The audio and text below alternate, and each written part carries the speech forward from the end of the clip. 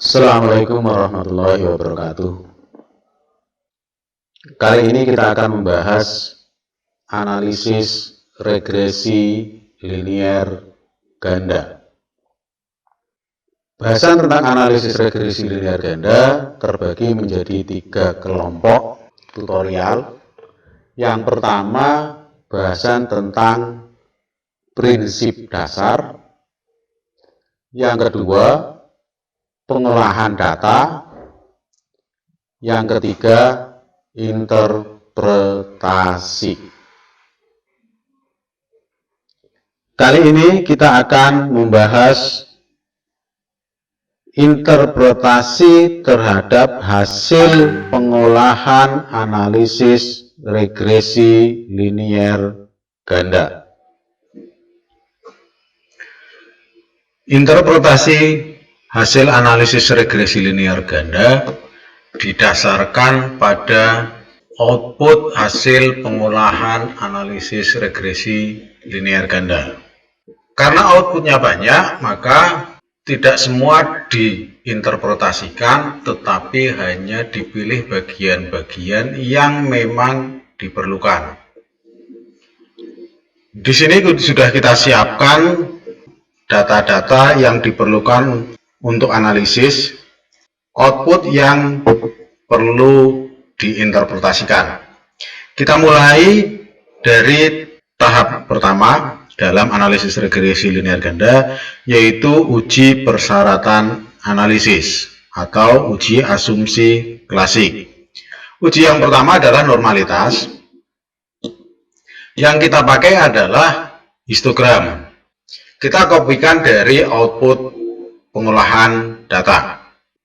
Dari hasil output yang ada, kriterianya ada di bahasan tentang prinsip dasar.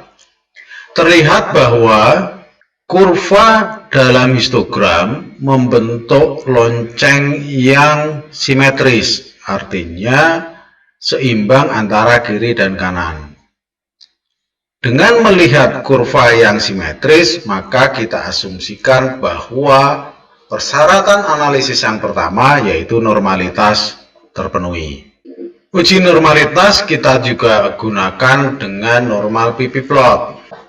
Dari output pengolahan data analisis regresi linier ganda, terlihat bahwa titik-titik residual hasil analisis regresi berada di dekat atau di sepanjang garis diagonal dan tidak ada yang terlalu jauh.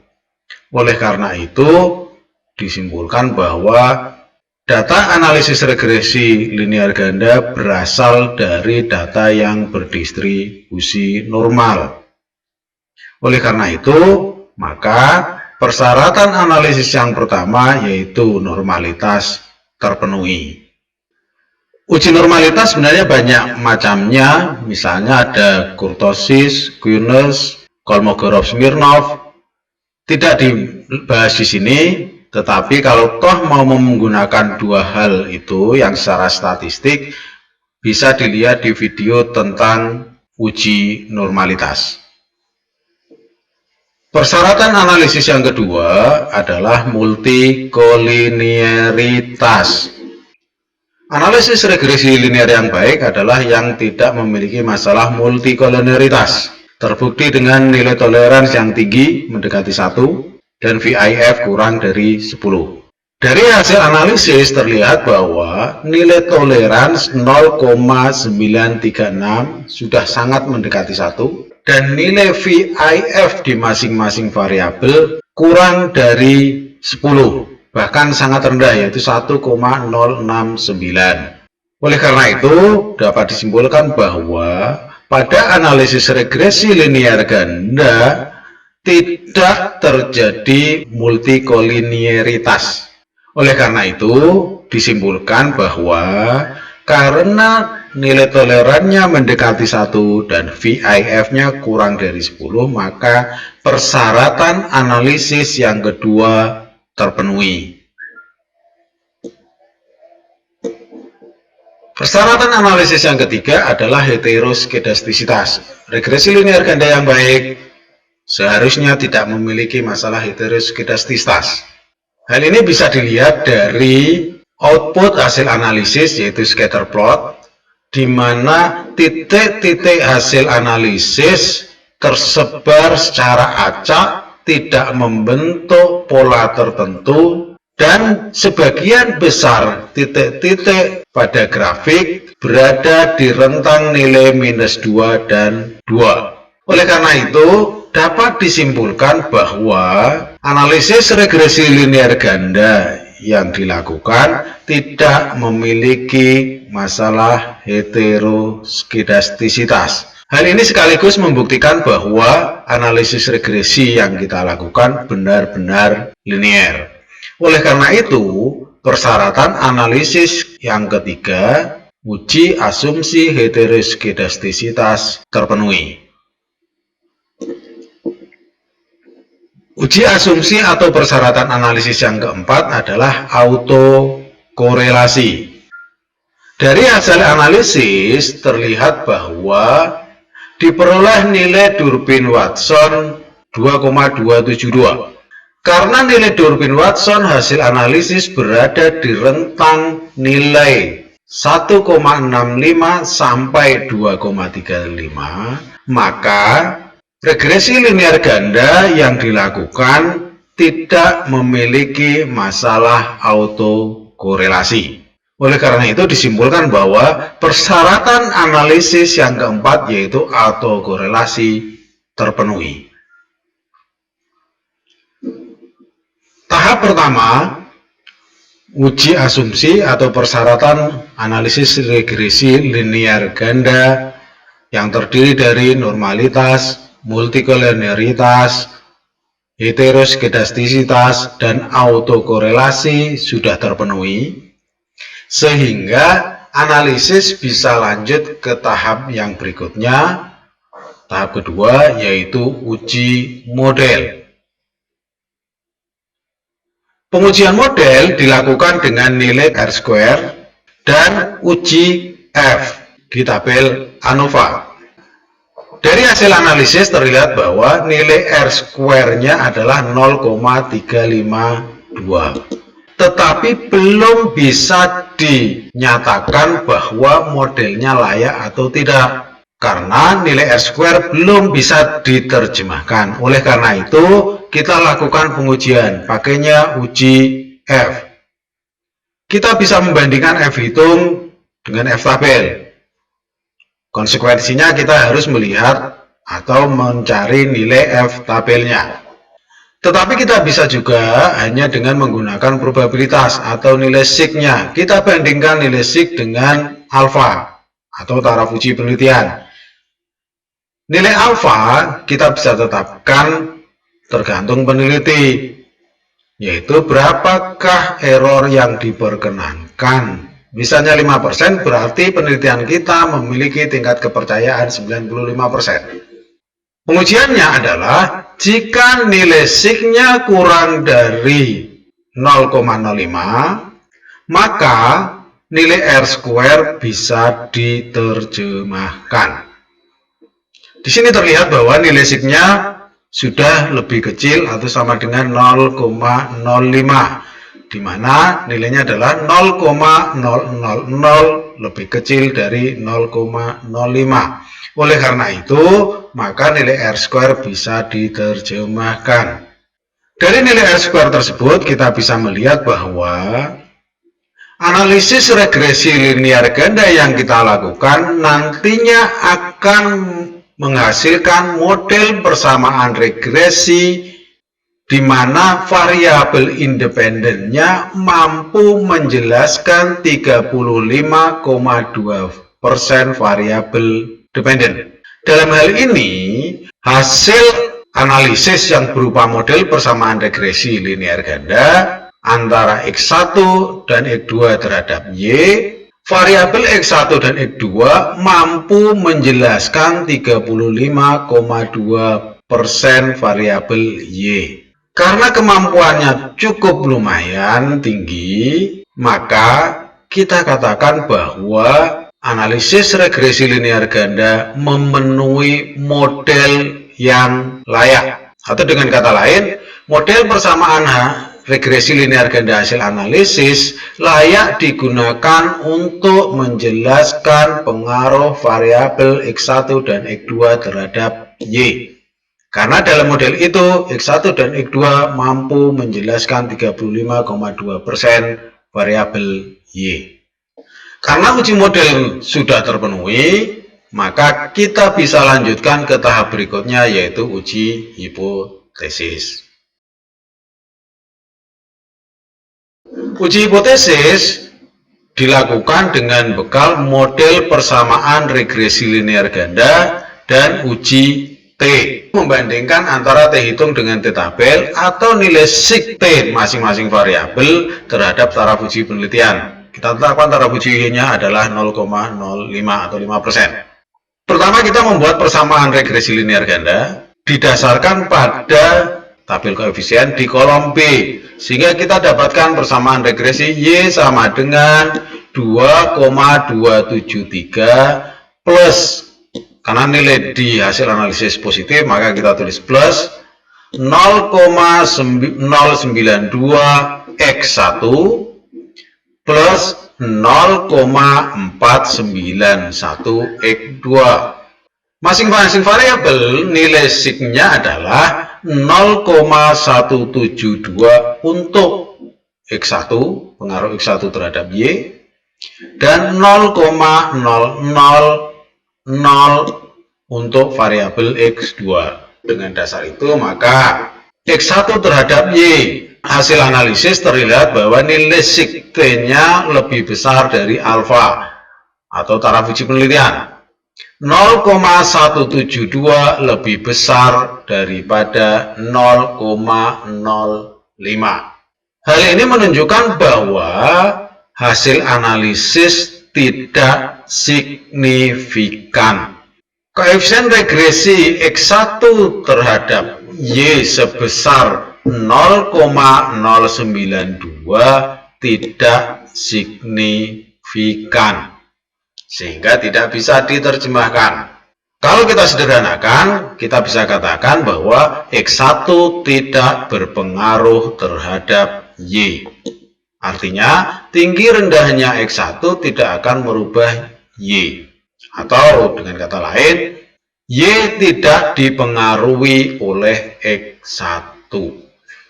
Yang kedua, untuk variabel X2. X2 terhadap Y, nilai sig T-nya lebih kecil dari alfa, yaitu 0,000 lebih kecil dari 0,05. Hal ini menunjukkan bahwa secara statistik signifikan.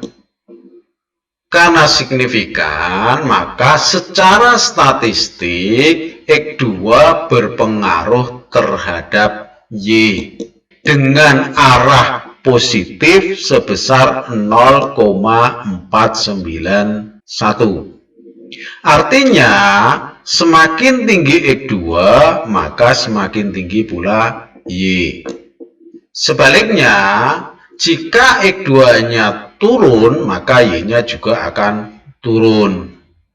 Jika kita ingin lebih mudah, kita bisa buatkan gambarnya sebagai rangkuman sehingga kita bisa melihat secara langsung atau menginterpretasikannya dengan lebih mudah. Contohnya di sini persamaannya sudah muncul, nilai R2-nya, nilai sig-nya masing-masing sudah. Dari sini terlihat bahwa X1 terhadap Y, B1-nya 0,092, sig T-nya 0,172. Dengan dasar ini kita bisa ungkapkan bahwa karena nilai sig T-nya lebih besar dari alfa atau 0,05, yaitu 0,172 lebih besar dari 0,05, maka nilai B1 sebesar 0,092 tidak bisa diterjemahkan. Artinya X1 tidak berpengaruh terhadap Y. Nah, kalau dengan berbekal rangkuman yang kedua, B2-nya 0,491, sig T-nya 0,000.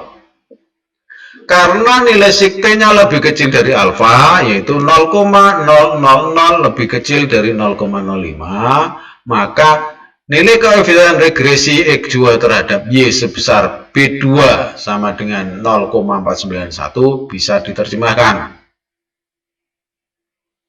karena pengaruhnya signifikan. Hal ini bisa dikatakan bahwa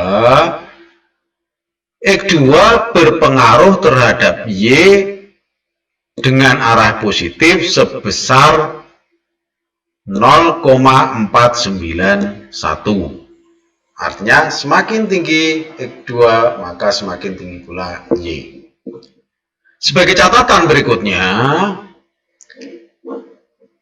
bahwa analisis statistik itu menguji signifikansi secara statistik. Namun demikian harus dipahami bahwa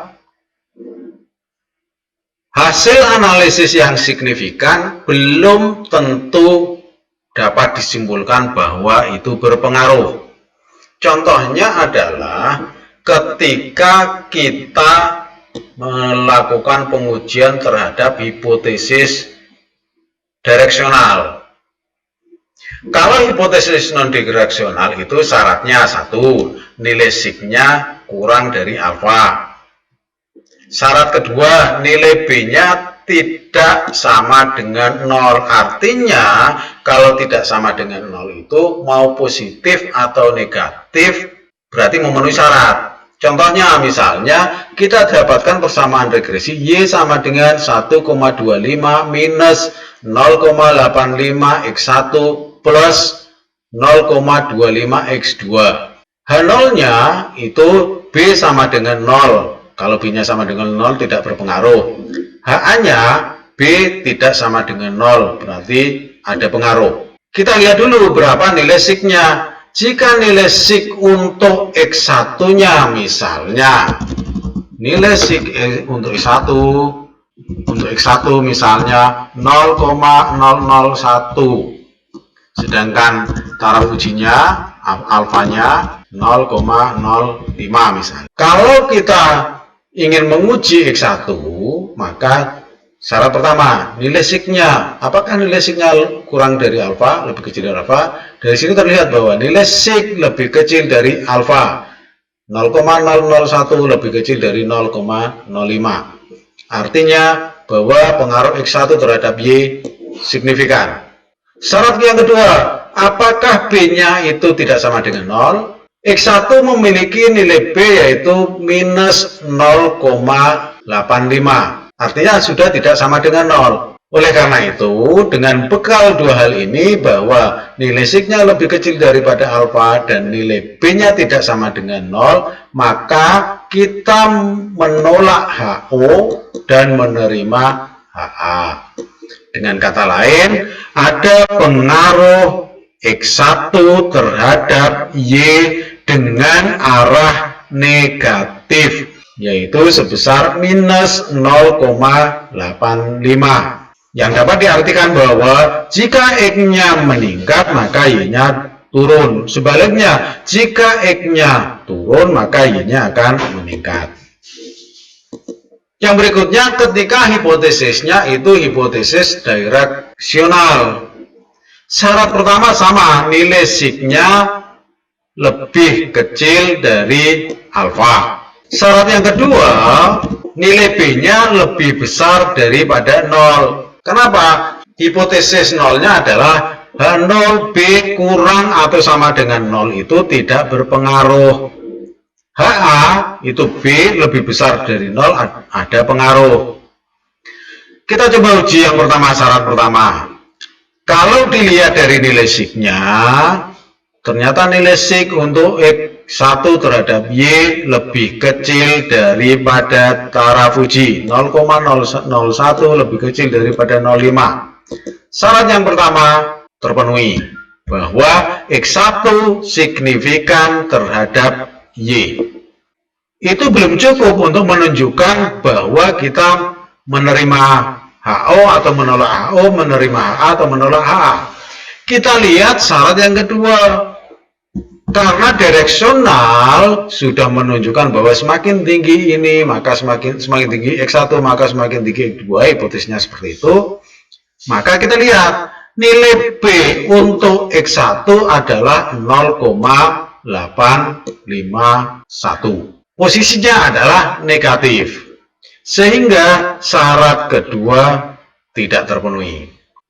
Meskipun nilainya signifikan, berdasarkan pengujian signifikan, karena nilai signya lebih kecil daripada alfa, tetapi karena B-nya lebih kecil atau sama dengan 0, dalam hal ini minus 0,85 itu lebih kecil dari 0, maka kesimpulan akhir adalah HO diterima dan HA ditolak.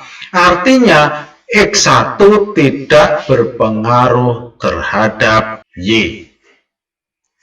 Ini bukti yang menunjukkan bahwa hasil analisis yang signifikan belum tentu dapat disimpulkan berpengaruh. Hal itu tergantung dari model hipotesis yang digunakan. Demikianlah bahasan tentang analisis regresi linear ganda di bagian akhir, yaitu tentang interpretasi hasil analisis regresi linear ganda. Mudah-mudahan apa yang kita bahas dapat bermanfaat untuk kita semua. Terima kasih. Wassalamualaikum warahmatullahi wabarakatuh.